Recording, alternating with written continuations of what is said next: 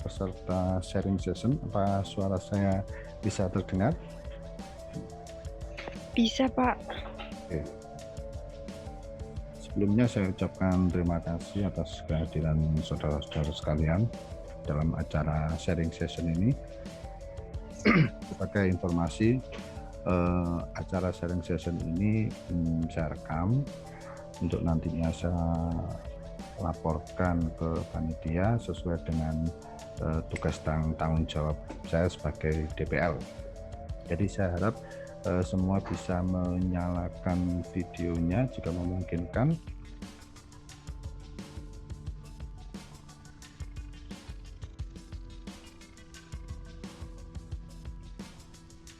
Oke, terima kasih. Saat ini kita acara sharing session ini dihadiri oleh saudari Aprilia ya, Octavia dan Salma. Bagaimana kabarnya, sehat? Alhamdulillah sehat, Pak. Sehat Pak, alhamdulillah. Ya. Gimana di sana, lancar? Alhamdulillah. Oke. Sebelum kita mulai sharing ya, perlu saya jelaskan poin-poin singkat. Yang pertama, dalam kegiatan ini tentunya kita membutuhkan interaksi yang kuat antara institusi dari DPL sendiri, kemudian institusi dari mahasiswa tersebut, kemudian koordinator kampus mengajar, kemudian satu lagi panitia. Dan semua elemen ini saling berhubungan. Dan saya harap kita bisa melaksanakan tugas masing-masing dengan baik, karena kita akan mengemban tanggung jawab terhadap keberlangsungan kampus mengajar ini, terutama peserta dari peserta lanjutan atau peserta berikutnya dari kampus saudara-saudara sekalian. Itu sangat dipertaruhkan dengan baik buruknya kinerja kita. Sama juga seperti di DPL, apabila DPL juga dinilai tidak terlalu bagus, maka DPL yang akan datang itu akan dikoreksi apakah bisa diikutkan apa tidak. Termasuk mahasiswa yang mengikuti MBKM tersebut akan dievaluasi keberlanjutannya, apakah bisa diterima lagi untuk next KM3 misalnya. Nah, itu tergantung dari kita semua. Jadi saya berharap kita saling sepaham tentang apa yang kita lakukan ini akan berimbas pada pelaksanaan KM berikutnya. Saya menyadari kalau kampus Merdeka ini sangat dinamis ya, banyak sekali permasalahan yang mungkin belum selesai dipecahkan, terutama dalam serapan SKS kalian ya. Ada yang hanya diserap 2 SKS, 3 SKS, bahkan mungkin ada yang tidak terserap sama sekali. Tapi kita sudah berkomitmen dan sepakat menandatangani perjanjian ya. Jadi saya harap kita lakukan yang terbaik agar nantinya mahasiswa lain yang ingin mengikuti bisa mengikuti karena kita laksanakan tugas kita dengan baik. Saya akan share beberapa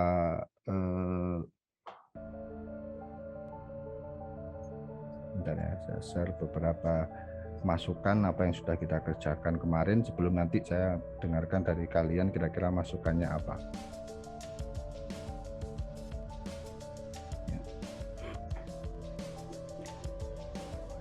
Dilihat dari laporan-laporan yang saya terima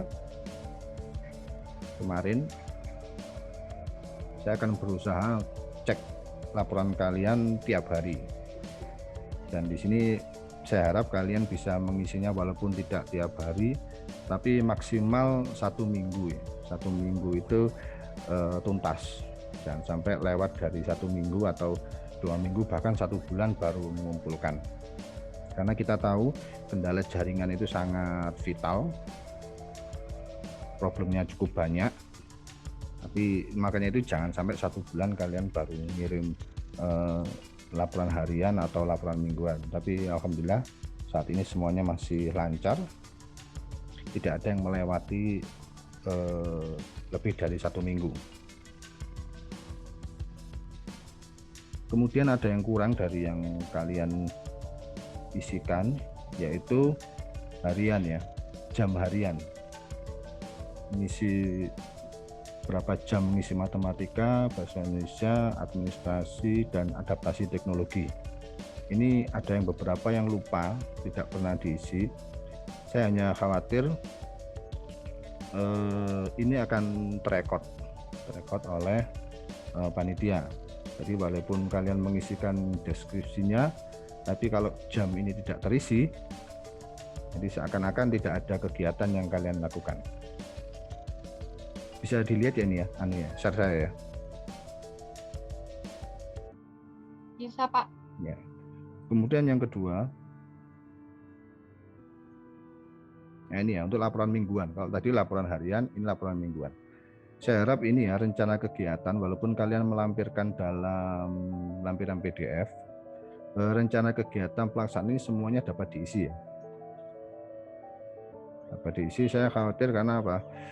Kalau kalian nggak mengisi ini, maka sistem tidak akan merekod pekerjaan kalian. Walaupun di lampiran, kalian mengisinya cukup lengkap.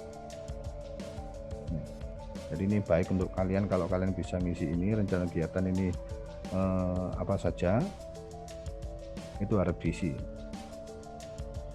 Pak, mohon maaf Pak, Ya. itu gambarnya tidak terlihat Pak kalau di saya. Oh, tidak Masih terlihat di ya? itu, file explore itu. Oh ya, kalau begitu tentu saudara kan mengisi laporan mingguan kan?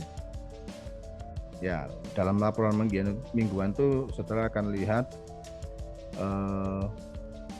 adanya rincian kegiatan, pelaksanaan kegiatan, analisa hasil kegiatan. Nah itu saudara bisa isi ya, atau harus diisi ya. Saya khawatir nanti walaupun di lampiran ada, lampiran akan dibaca lampiran, tapi kegiatan ini berbeda. Ini akan dibaca dalam kolom-kolom yang berbeda di sistem sana ya. Kalau kalian tidak pernah ngisi ini, saya khawatirnya di sana menganggap tidak ada aktivitas yang kalian lakukan. Nah, itu harus diisi ya, menghindari hal-hal yang tidak diinginkan saja. Itu dua hal penting yang mungkin kalian harus cermati untuk bisa diisi ya, soalnya sayang.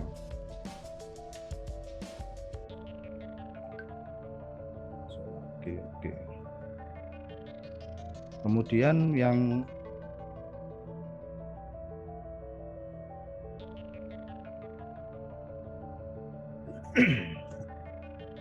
yang ketiga,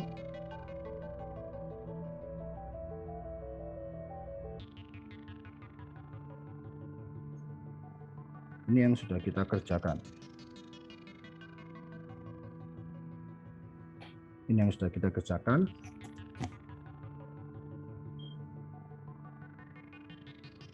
Yaitu kegiatan awal penugasan, observasi tentu sudah. Kemudian pengamatan lingkungan sekolah, ya lingkungan kelas, sarpras dan lain sebagainya. Ini secara alami ya, kalau kita sering ke sana tentu kita mengetahui lingkungan sosial, iklim dan suasana akademik ya. Itu berjalan seiring dengan pemahaman kita tentang administrasi sekolah dan organisasi sekolah. Ini walaupun agak lambat, tidak apa-apa karena waktu kita cukup lama ya, 20 minggu sampai Desember ya. Ini sambil berjalan itu tetap harus kita amati, karena kita nanti harus bisa ini mengukur observasi proses pembelajaran. Itu perangkat pembelajaran, kurikulum, silabus, RPP dan lain sebagainya itu secara bertahap harus kita pelajari dan mungkin kita memberikan masukan-masukan tentang perangkat pembelajaran ini terhadap sekolah. Walaupun sekarang agak sulit ya, di samping kalau kita lihat kondisi sekolahnya itu sangat minim prasarana dan sarana, kemudian siswa yang mengikuti juga bukan dari kalangan satu anak pegang satu gadget gitu ya. Nah, itu tantangan tersendiri karena kita harus membuat metode pembelajaran tatap muka dan jarak jauh ini cukup sinkron. Nah, yang kita harapkan dari kalian muncul adalah strategi pembelajarannya bagaimana.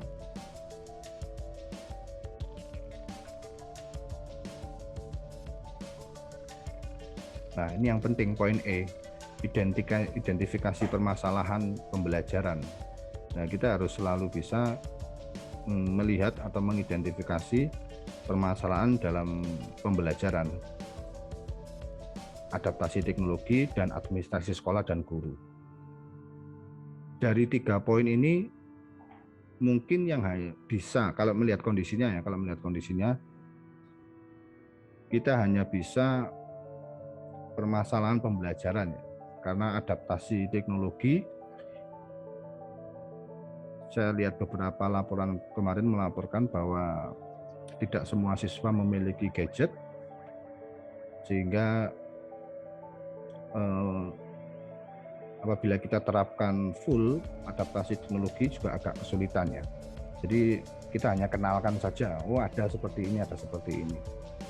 Yang bisa kita lihat adalah administrasi sekolah dan model pembelajaran yang interaktif atau model pembelajaran yang lebih baru gitu ya dibanding yang selama ini. Karena kemarin saya lihat beberapa laporannya juga masih model lama. Mungkin kalian bisa menawarkan hal-hal baru. Administrasi sekolah ya tentu lebih umum ya. Kita tidak menyentuh bangunan dan lain sebagainya karena kita tahu problemnya adalah bangunan tersebut masih bermasalah. Jadi saya memberikan waktu sampai mungkin sepanjang bulan Desember ini ya. Nggak apa-apa, saya berikan waktu sampai bulan Agustus. Sepanjang bulan Agustus ini kalian untuk merancang kegiatan atau inovasi-inovasi apa yang kalian berikan ke sekolah itu dengan lebih konkret ya. Jadi tidak hanya belajar, mengajar, karena ini waktunya lama, jadi biar tidak terkesan monoton. Apa yang kalian kerjakan terkesan monoton. Tapi saya juga pahami bahwa kita baru 2 minggu ya, baru 2 minggu di sana, jadi observasinya memang perlu waktu cukup lama. Tidak apa-apa, saya maklumi. Jadi saya akan berikan waktu sampai Agustus ya, supaya kalian bisa memberikan program-program yang lebih konkret terhadap permasalahan yang ada, dan itu dibuktikan perencanaan itu dan akan dievaluasi pada akhir kegiatan di bulan Desember. Yang ketiga,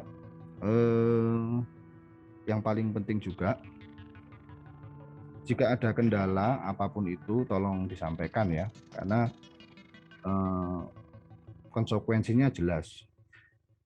Apabila laporan-laporan itu terlambat, maka akan berimbas pada kegiatan-kegiatan lain. Jadi seperti saya sampaikan di awal tadi, saya hanya memberikan waktu 1 minggu ya. Saya juga tidak ingin borongan 1 bulan digarap full, tapi saya juga tidak terlalu strict setiap hari harus diisi, tapi maksimal jangan melewati 1 minggu, sehingga saya bisa evaluasi tiap hari, oh kegiatan seperti ini. Mungkin dari saya itu saja. Ada masukan dari kalian silakan disampaikan. Oh ya, sekali lagi saya ingatkan, kegiatan ini saya rekam dan nanti saya akan laporkan, jadi sebisa mungkin dinyalakan. Izin bertanya Pak. Ya, silakan. Terkait yang jam pembelajaran itu khusus jam matematika sama bahasa Indonesia Pak ya? Ya, semuanya sebisa mungkin bisa diisi ya, karena kita harus lebih kreatif menentukan bahwa itu kegiatan administrasi, apakah itu matematika atau bahasa Indonesia. Selama kita mengatakan kita mengajari mereka berhitung walaupun 1+1, kita bisa masukkan jam belajar matematika. Kemudian selama kita mengenalkan kepada mereka bahwa ini loh ada yang namanya WA, ini loh ada yang namanya, itu kita berarti transfer knowledge teknologi gitu aja. Jadi lebih diperluas ya pemahamannya. Jangan terlalu simpel. Kalau kita nggak ngajari komputer dan laptop, maka tidak ada transfer teknologi, pengenalan teknologi. Nah, mungkin bisa dikenakan, diperluas sehingga kalian bisa mengisi jam pembelajaran itu lebih banyak. Jadi bahasa Indonesia pun kalau misalnya kita mengajari walaupun tidak secara tertulis, kita mengajari bagaimana berbahasa Indonesia yang baik, yaitu masukkan saja dalam bahasa Indonesia. Jadi lebih diperluas pemahaman tentang materinya. Ya Pak, terima kasih Pak. Soalnya kemarin kan Pak ada pembelajaran AKM seperti itu. Ya, betul. Literasi dan numerasi itu. Saya mikirnya ini dimasukkan bahasa Indonesia sama matematika atau matematika saja. Ya, jadi enggak apa-apa ya, enggak apa-apa dimasukkan bahasa Indonesia dan matematika juga boleh. Jadi tidak melulu pada saat belajar matematika berarti kita hanya matematika. Artinya hampir tiap hari kita akan bisa mengisi jam-jam tersebut, karena sambil berjalan tentu kan kita mengajari bahasa dan sebagainya. Saya kira itu boleh saja.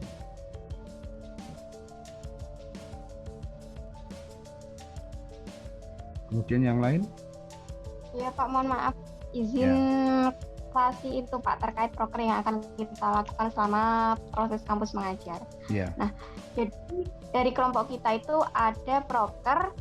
Yang pertama ada yang kita akan bikin pojok literasi karena dilihat dari sekolahnya kan tidak memiliki perpustakaan dan juga di sekolah tersebut masih kayak minim literasi. Jadi kita bakal bikin pojok literasi dan donasi buku. Ya, terus itu. Kita juga lanjut. Akan melakukan reboisasi, Pak. Reboisasi. Tapi dari sekolah itu, dari guru pendamping kita itu beliau tuh ngomong gini, untuk reboisasi saat ini tuh nggak bisa karena tanahnya kan masih tanah sengketa, Pak. Jadi nggak bisa ditanami yang seperti itu. Kalau misalnya pembuatan taman kecil gitu aja, memungkinkan? Itu insya Allah bisa. Ya, jadi programnya jangan banyak-banyak ya. Saya kira ada program lagi selain 2 itu?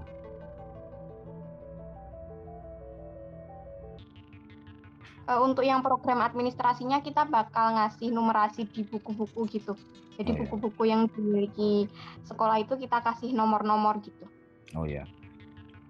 Jadi oke lah 3 itu ya. Tapi 2 yang kegiatan yang tadi itu cukup bagus. Cuma jangan terlalu banyak sehingga nggak terlaksana ya. Karena kita itu hanya sampai Desember saja. Lebih baik kita itu fokus di 2 titik. Misalnya pojok tadi itu harus terlaksana misalnya pada 2 bulan ke depan.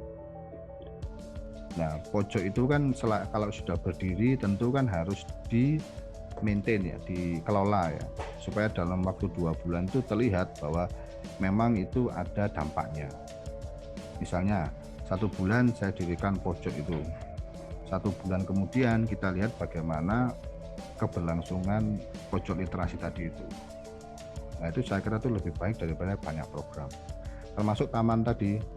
Oke, 1 bulan ke depan kita buat konsep tamannya bagaimana, keterlibatan siswanya bagaimana, kemudian mereka nanti menanamnya bagaimana dalam 1 bulan. Tapi 1 bulan berikutnya bagaimana merawat. Nah, itu lebih penting lagi. Jadi jangan sampai membuat program banyak tapi hanya bisa melahirkan, tapi tidak bisa mengelola. Jadi 2 hal ini penting. Setelah kalian membuat, ajari mereka untuk mengelola. Jangan sampai dibuat taman, setelah jadi bagus di awal, 2 bulan nggak ada yang nyiram, ya mati semua. Kita kita buat buku, donasi buku, ribuan buku numpuk, tapi nggak ada yang baca. Nah, itu penting. Jadi jangan banyak-banyak, 2 itu saya kira cukup bagus. Waktunya relatif pendek, jadi kalau bisa satu program itu terdiri dari bagaimana melahirkan dan bagaimana memaintain atau mengelola supaya itu keberlanjutannya paling tidak, walaupun tidak bisa sebagai ukuran karena cuma 1 bulan berikutnya, tapi cukup ada lah, bisa ditampilkan gitu. Silakan, ini saudara Octavia, raise hand. Permisi Pak, untuk yang taman itu Pak, malah saya itu rencananya untuk yang di terakhir Pak, Ya. maksudnya untuk bulan Desembernya Boleh. gitu. Kalau menurut Bapak, apakah dilaksanakan di tengah-tengah atau di bulan Desembernya? Maksudnya kalau untuk di bulan Desember mau pemikiran saya itu digunakan sebagai penutup acara gitu Pak. Ya, saya harap ya misalnya sekarang Agustus ya, September, Oktober. Jadi September itu misalnya berdirinya pojok literasi tadi ya, buku itu September akhir. Kemudian sampai Oktober akhir itu adalah bagaimana minat mereka melestarikan pojok literasi tadi. September, Oktober. Nah, baru Oktober, November itu program pembuatan taman. Nah, November, Desember itu program untuk bagaimana mereka menata taman itu tetap indah, walaupun tidak hanya melahirkan tapi tetap indah sampai akhir. Nah, sampai akhir itu kan tentu taman masih ada. Nah, itu justru ukurannya bahwa program taman tadi itu berhasil. Karena dalam waktu 1 bulan taman itu masih tetap ada. Nah, mungkin itu bisa dibuat selebrasi misalnya bahwa itu program pamungkas dan lain sebagainya. Jadi saya khawatir kalau ditaruh di Desember setelah jadi taman itu, siswa tersebut tidak diajari bagaimana mengelolanya, sehingga tidak tahu. Nah, jadi belajar mengelola itu penting karena pada saat kita tinggal mereka sudah tahu, supaya misalnya pojok literasi dan taman ini terus berjalan, mereka tahu apa yang harus dilakukan dan mereka paham itu bermakna. Misalnya sekolah saya jadi lebih bagus, artinya walaupun nggak diperintah mereka akan melakukan itu, jadi mereka merasakan manfaatnya. Itu yang paling penting. Saya sampaikan di awal tadi bahwa tidak cuma kita melahirkan, tapi kita harus menanamkan kepada siswa-siswa tersebut dan guru-guru tersebut bahwa ini tuh memberikan dampak ke kita. Maka kita harus menjaga keberlangsungannya. Bahkan mungkin kalau misalnya itu dijadikan percontohan sekolah lain, tentu itu sangat membanggakan mereka. Jadi nggak usah diperintah pun mereka akan tetap menjaga itu supaya sekolah tersebut istilahnya dilirik ya dengan sekolah lain. Karena kita pahami agaknya sekolah itu sedikit agak kalau dibilang minder ya, karena ada kondisi sekolah yang seperti itu dan mereka tidak mampu memperbaiki. Jadi tugas kita secara soft skill itu meningkatkan kepercayaan diri mereka dengan program-program yang kita berikan, sehingga mereka bisa merasa punya nilai untuk berkompetisi dengan SD-SD yang lain. Menurut saya sih seperti itu ya. Monggo yang lain.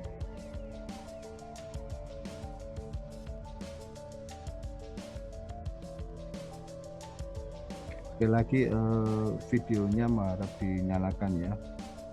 Apa mungkin kendala sinyal atau bagaimana?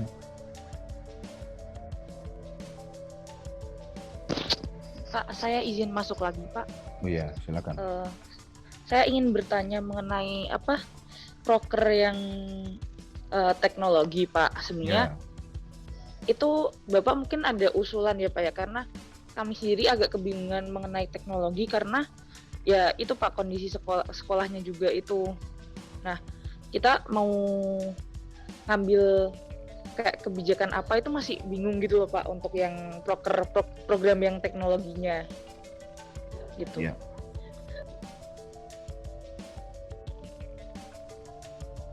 Jadi kalau menurut hemat saya ya, saya lihat tingkat ekonomi peserta didik, orang tuanya. Kemarin saya baca beberapa laporan itu mereka masih menggunakan HP-nya ayah ibunya. Satu-satunya yang bisa kita lakukan adalah kita juga harus memahamkan orang tuanya saja bahwa ada teknologi tugas-tugas yang akan dikirimkan melalui WA. Saya juga agak khawatir kalau memang seperti itu, jangan-jangan kita kenalkan teknologi terlalu tinggi juga tidak masuk, hanya sekedar teori-teori saja. Hanya kita kenalkan saja sederhana bahwa tugas sekarang, nilai itu bisa dilihat melalui HP. Nah itu tentu yang bisa, tidak semua anak SD bisa. Jadi orang tuanya memang harus terlibat. Itu aja yang kita kenalkan ke orang tua. Mungkin kita bisa berkenalan dengan orang tuanya, mengenalkan bahwa tugas setiap hari anaknya itu bisa dikirim lewat WA, bisa dilihat perkembangannya. Itu aja. Jadi kita menggunakan gadget sederhana. Yang dulu itu orang tua mengetahui perkembangan siswa itu hanya dari raport yang mungkin semesteran atau tahunan. Nah ini tiap hari kita bisa tunjukkan bagaimana perkembangan mereka. Tentu perkembangan yang baik ya, jangan sampai perkembangan buruk yang disampaikan bahwa oh anak bapak ibu sekarang sudah bisa begini, sudah bisa begini. Nah, itu saya kira lebih bagus. Atau dalam tampilan dibuat dalam YouTube boleh juga. Jadi mereka silakan menyaksikan ini kegiatan anak bapak ibu sekalian, sehingga mereka pasti membuka YouTube. Di YouTube kalian sendiri, individu atau terserah, bisa diatur. Saya kira itu mengenalkan mereka secara tidak langsung, walaupun tidak letter tertulis ya, mengenalkan ini, tapi itu hanya di laporan saja. Tapi aktivitasnya pasti lebih santai. Bapak Ibu ini loh kegiatan anak ibu yang menulis, yang membaca. Nah itu silakan dilihat di YouTube. Nah, saya kira itu juga model-model pengenalan teknologi seperti itu.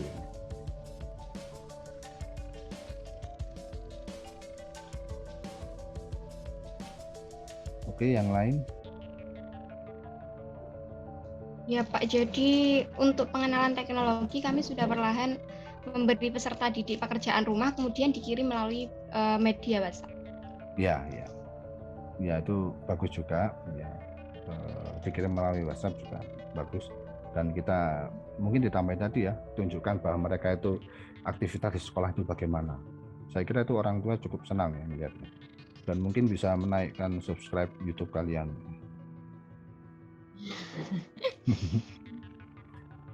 Ya Pak, untuk program hariannya kita ada program harian, jadi sebelum memulai pembelajaran sama mengakhiri pembelajaran itu ada yang menyanyikan lagu-lagu nasional. Nah itu saya kira juga bagus kalau ada direkam, ditampilkan bahwa SD ini selalu melakukan ini. Itu saat ini ya penting ya, itu ya, jiwa nasionalisme diberikan mulai kecil, sejak kecil. Nah itu saya kira bisa di blow up atau di explore bahwa kegiatan SD itu seperti ini. Tentu itu sangat baik dan kontras dengan lingkungan yang walaupun lingkungannya kelihatannya sekolahnya bolong-bolong tapi jiwa nasionalisme tinggi. Lah itu kan bisa dijual ya. Nah, itu bisa dijual supaya aktivitas itu kelihatan ya keren gitu. Siapa tahu itu akan dilihat oleh pihak luar bahwa mereka harus mempercepat pembebasan tanah sehingga potensi mereka jadi lebih dimaksimalkan gitu aja.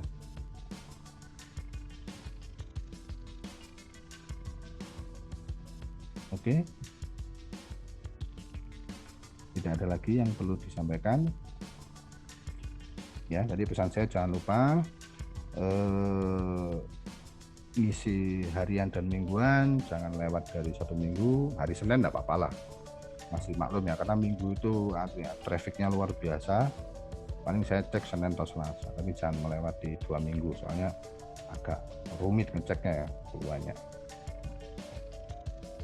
Kemudian nanti terakhir saya sampaikan, nanti saya akan share luaran akhir yang harus kalian hasilkan dalam WA saja ya. Jadi nanti program-program kalian, dan jangan lupa pikirkan how to sell, ya. Bagaimana menjual sekolah itu sehingga dilirik, dan semoga nantinya mereka terlepas dari problem ya tanah itu ya, sehingga mereka bisa membangun bangunan lebih baik ya. Gitu. Oke, ada lagi yang ditanyakan? Kalau tidak, berarti kita nanti evaluasi lagi program kerjanya. 2 minggu lagi kita ketemu lagi. Dalam 1 bulan ini ya, Agustus enggak apa-apa, kalian observasi buat program sedetail mungkin. Jadi saya tidak menuntut terlalu banyak, tapi akhir Agustus nanti ada program yang lebih detail. Dan 2 tadi ya, pada saat membuat sebuah program, kalian harus memikirkan bagaimana mengelolanya, memaintainnya. Siswa dan guru harus tahu manfaatnya sehingga tanpa diperintah pun mereka akan menjaga apa yang telah kita tinggalkan itu menjadi lebih baik. Itu saja. Mungkin saya akhiri sharing session ini karena ini juga pakai Zoom 40 menitan ya, tinggal 4 menit lagi. Oke, akan saya tutup dengan ucapan Assalamualaikum warahmatullahi wabarakatuh, salam sejahtera, semoga kita selalu bisa menjaga kesehatan dan bisa menyelesaikan tugas KM2 ini dengan baik dan bermanfaat selama-lamanya. Oke, selamat tinggal. Terima kasih Pak. Ya, Terima kasih, sama-sama. Ya. Ya, Pak. Pak.